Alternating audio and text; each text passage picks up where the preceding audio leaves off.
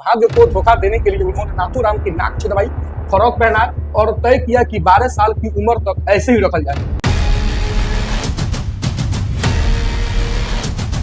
मौसम में भी हाथ आजमाने लगता है और अच्छा खासा वक्ता बन जाता है। यानी कि यहाँ तक कि उधर जिस क्षेत्र में था उधर के क्षेत्र में रैलियों का आयोजन कांग्रेस में रहते हुए दोस्तों कहीं ना कहीं ये चीज को अंजाम दे रहा था। ठीक है,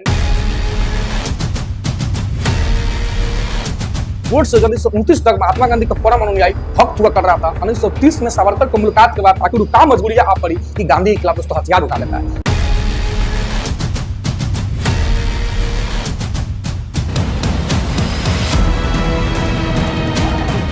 जय हिंद दोस्तों। तो आइए आज की इस वीडियो के माध्यम से हम लोग जानने वाले हैं वही गोडसे ने गांधी को क्यों मारा, उसका दोस्तों आज पार्ट 2 होने वाला। उस वीडियो में हम लोग बात कर चुके हैं कि रत्नागिरी में उनकी जिंदगी में ऐसा कौन सा बदलाव आया। ठीक है, और वहां से जब संगोली आते हैं, ठीक है, तो संगोली आने के बाद वो क्या करते हैं दोस्तों इसके पहले वाला वीडियो में बता चुके हैं। तो आरएसएस ज्वाइन करते हैं। ठीक है कि नहीं। अब आज की इस वीडियो के माध्यम से हम लोग ये देखने वाले हैं, ठीक है कि नहीं, कि संगोली में अपने परिवार के खर्चा है ना, अपने परिवार के कमान कैसे संभालते हैं, क्योंकि पापा जी उनका रिटायर हो गए थे। अब पेंशन के पैसा से तो सर्वाइव हो नहीं पा रहा था परिवार। ठीक है कि नहीं। तो वो कैसे एज उस कमान को संभालते हैं, उसके साथ साथ सब संघ के साथ जो जुड़े हुए थे उसमें सक्रिय भूमिका अपना कैसे अदा करते हैं दोस्तों। आइए, जैसे कि लिखा हुआ आप देख सकते हैं कि परिवार चलाने के लिए सिलाई की दुकान खोली। सबसे पहले दोस्तों आपको बता दें हम कि चूंकि भाई बहन स्कूल जा रहे थे, ऐसे में जब मतलब कि गोडसे के लिए सरकारी मतलब नौकरी करना जरूरी था। ठीक है, फल बेचना शुरू किया लेकिन सफल नहीं रहा। इसके बाद वो अपनी बड़ी बहन मथुरा के पास इटारसी चला गया। ठीक है दोस्तों, वहाँ पे कई नौकरियां किया लेकिन उसमें भी सफल नहीं रहा। 1934 में उसके पापा जी का तबियत एकाएक खराब हो जाता है। ठीक है, तो सांगली जो है उसको आना पड़ता है। ठीक है, यहाँ आकर उसने सिलाई का काम सीखा और चरितार्थ उद्योग के नाम से वो दुकान खोला जिसमें सिलाई का काम धाम कर रहा था। ठीक है, इस प्रकार दोस्तों अपने परिवार को चलाना, ठीक है कि नहीं है, यानी कि कमान संभालने का दोस्तों है कि नहीं, उस क्षेत्र में कदम तो उठाया। आप देख सकते हैं इस समय तक सांगली में आरएसएस का काफी प्रभाव हो चुका था और यहाँ उसने अपनी राजनीतिक गतिविधियों जारी रखी। ठीक है, यहाँ तक कि दोस्तों राजनीतिक गतिविधियों में दोस्तों ये एज सक्रिय रहा। ठीक है, उसको बंद नहीं होने दिया। आप देख सकते हैं यहाँ उस संघ के नेता काशीनाथ भास्कर मिले गोडसे यहाँ संघ के कार्यक्रमों में सक्रिय मतलब होकर भाग लेने लगा। आरएसएस की गतिविधियों में ज्यादा समय देने के चलते उसका मतलब सिलाई का काम प्रभावित होने लगा। गोडसे के अनुसार एक दिन पिताजी और कहते हैं गोडसे को कि सार्वजनिक जीवन से दूर रहकर पैसा कमाने पर ध्यान देने को कहा। मतलब कि सब छोड़ छाड़ के अब पैसा उसा भी थोड़ा कमाओ, घर द्वार चलाओ, है कि नहीं है। इसके बाद जो है मैंने पुणे जाने का फैसला किया। 1936 के आसपास उसने स्थानीय आरएसएस कार्यकर्ता और कारोबारी विष्णु पंत के साथ सिलाई का काम मतलब फिर से शुरू किया। ठीक है, और जल्द ही संघ के गणवेश दोस्तों, अब संघ का अपना अपना पोशाक भी होता है ना, लेकिन जगह आरएसएस का भी अपना पोशाक था। तो गणवेश वर्दी वाला भाषा में दोस्तों परिधान आदि के सिलाई का काम दोस्तों इनको मिल गया। ठीक है कि नहीं दोस्तों, है ना। आप देख सकते हैं इस दौरान मतलब 5 साल बीत चुके थे। ठीक है, 5 साल बीत चुके थे। ठीक है कि नहीं, मगर सावरकर के विचार अभी भी उसे प्रभावित करते थे। हालांकि आपको बता दें इस बार बिजनेस पर ज्यादा ध्यान देता रहा और प्रति महीना 70 रुपये अपने घर भी भेजता रहा। ये पैसे अभी भी कम थे क्योंकि दोस्तों उतना भाई बहन भी जो था, है कि नहीं। इसी बीच 1937 में सावरकर को दोस्तों आप देख सकते हैं हिंदू महासभा के अध्यक्ष बना दिया जाता है, उनके अध्यक्ष बने। ठीक है कि नहीं है।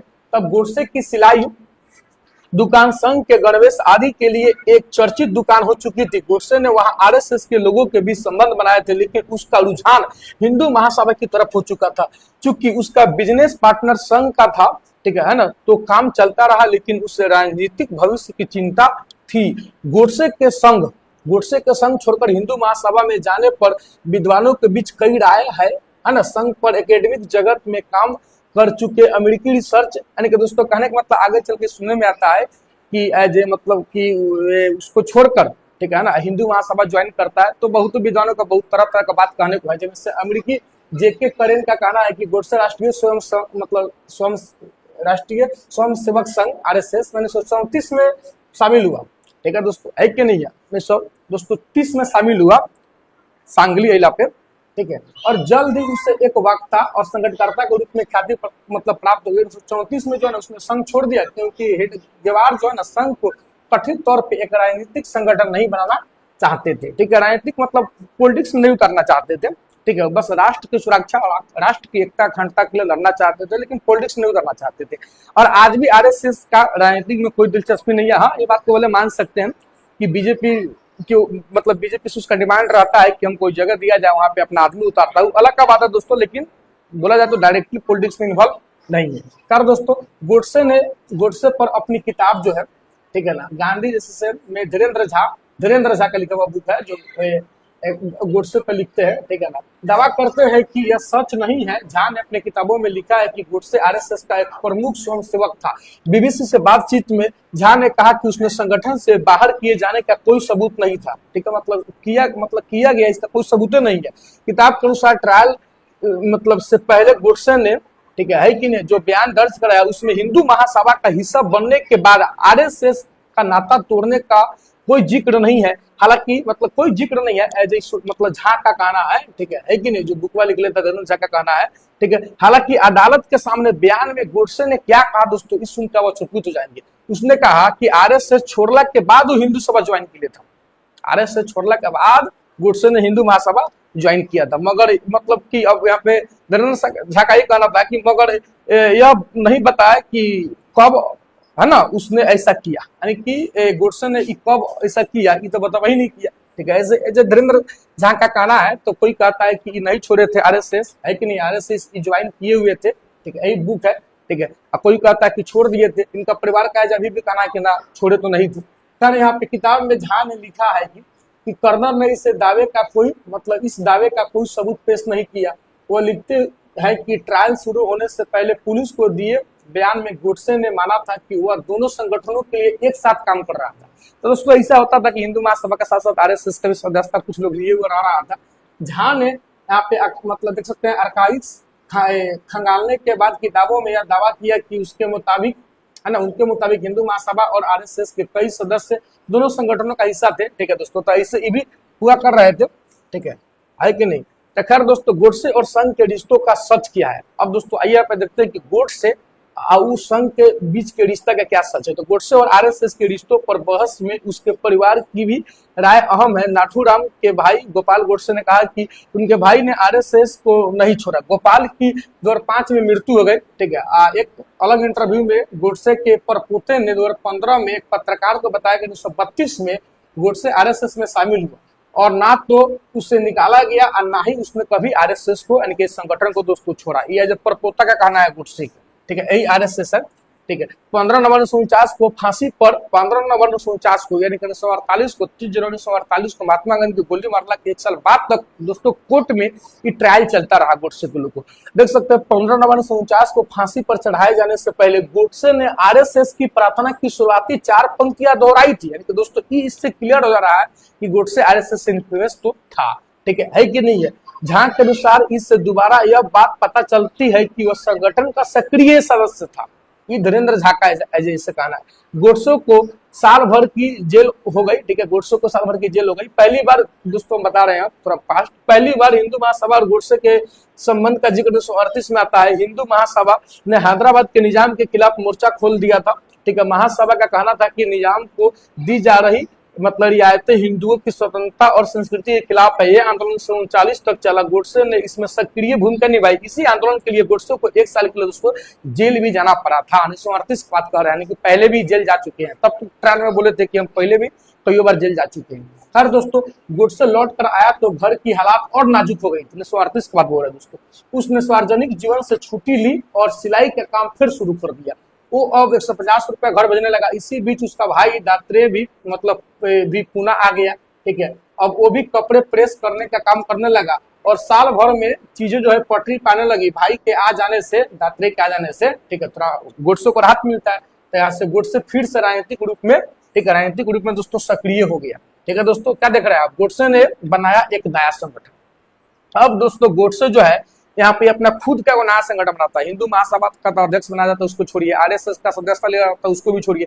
ये अपना खुद का वो महासभा बनाता है, खुद का वो संगठन बनाता है। क्या है कि भाई आरएसएस जो है वो राजनीति में दिलचस्पी रख नहीं रहा था, ठीक है कि नहीं, इनको राजनीतिक में उतरना था। तो ये अपना को अलग संगठन बनाते हैं। देख सकते हैं वह समय था जब द्वितीय विश्व युद्ध की आहट सुनाई देने लगी थी और आरएसएस पर कई तरह की पाबंदी थी। क्या है कि जैसे कि उस वक्त सेना के अलावा ड्रिलिंग जैसी की गतिविधि में किसी और संगठन या व्यक्ति को शामिल होने की अनुमति नहीं थी, जबकि आरएसएस ड्रिलिंग करता था, इसलिए उस पर बैन लगा दिया गया था। हिंदू महासभा पे भी ऐसे में संघ की परेड आदि पर रोक मतलब लगाई थी ना। और फिर जो है ना नाथूराम गोडसे को एक नया संगठन बनाने का विचार आया।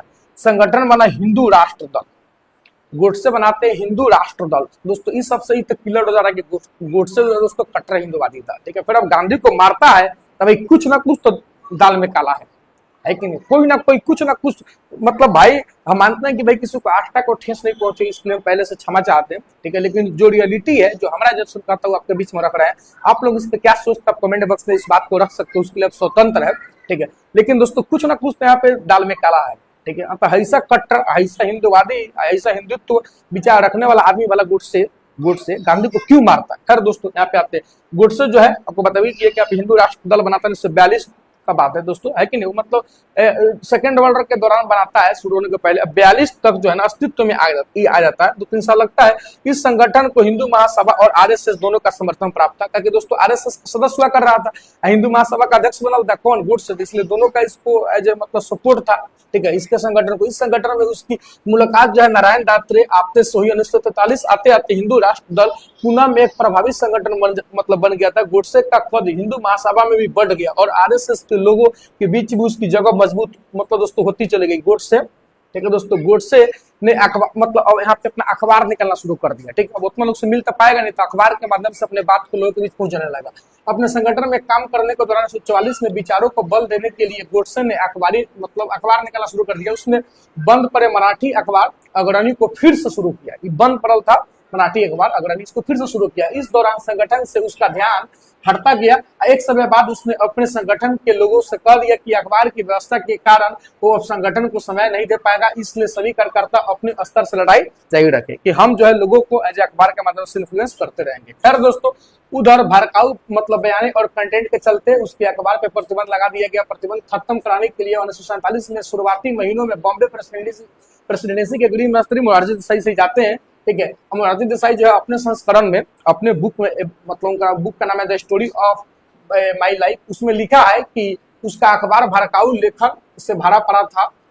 वह जब भी मुझसे मिलने आया मैंने उसकी गतिविधियों की मतलब भर्त्सना की और मतलब कई बार इन भड़काऊ लेखों को सही साबित करने के लिए मेरे साथ लंबी चर्चा करता था गोडसे, ठीक है। मैंने उसकी जमानत राशि भी जब्त कर ली थी और जुर्माना भी लगा दी। यानी कि दोस्तों गोडसे आया कहीं ना कहीं वो पाबंदियों को हटाना, लेकिन इसकी ओर से मोरारजी देसाई की ओर से जमानत भी जब्त कर ली गई और मतलब पाबंदियां भी लगा दी गई थी, ठीक है। यानी कि दोस्तों जुर्माना लगाए जाने के बाद भी गोडसे की गतिविधियों पर कोई असर नहीं पड़ा। उसने चुपचाप नया अखबार हिंदू राष्ट्र शुरू कर दिया। हिंदू राष्ट्र दल सेकेंड वर्ल्ड वॉर के आगाज के दौरान तो बनाया था, 1942 में अस्तित्व में आ गया। दोस्तों देखिए यहाँ पे वो अग्रणी को हटाइए, पाबंदी लग गया तो लग गया। हिंदू राष्ट्र दोस्तों नाम का अखबार शुरू कर दिया। संपादक और प्रबंधक गोडसे और उसका दोस्त दात्रे बन रहे। इसी बीच देश आजाद भी हो गया, ठीक है कि नहीं। आप देख सकते हैं यही है उसका ये निकला हुआ अखबार, ठीक है कि नहीं है। जो अखबार का नाम अग्रणी के बाद हिंदू राष्ट्र के नाम से पब्लिश करता है। इधर बंगाल और पंजाब की हिंसा से भी उसके मन में मतलब कुंठा बढ़ती गई।